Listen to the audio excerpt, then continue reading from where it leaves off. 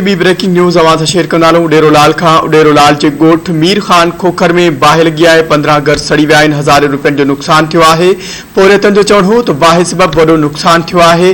वाहौर कई वञे। ख़बर जे हवाले सां अवां खे हिकु बार ॿीहर आगाह कंदालूं या ब्रेकिंग न्यूज़ अवां सां शेयर कंदालूं। उडेरोलाल खां उडेरोलाल जे ॻोठ मीर खान खोखर में बाहि लॻी आहे। 15 घर सड़ी विया आहिनि। हज़ारे रुपयनि जो नुक़सान थियो आहे। पोरियतनि जो चवणु हो त बाहि सबबि वॾो नुक़सान थियो आहे। वाहौर कई वञे। ख़बर के हवाले से नाज़रीन अवां खे आगाह कंदालूं या ब्रेकिंग न्यूज़ अवां सां हिकु ॿीहर शेयर कंदालूं। उडेरोलाल जे ॻोठ मीर खान खोखर में बाहि 15 घर सड़ी विया आहिनि। हज़ारे रुपयनि जो नुक़सान थियो आहे। पोरियतनि जो चवणु हो त बाहि सबबि वॾो नुक़सान थियो आहे। वाहौर कई वञे।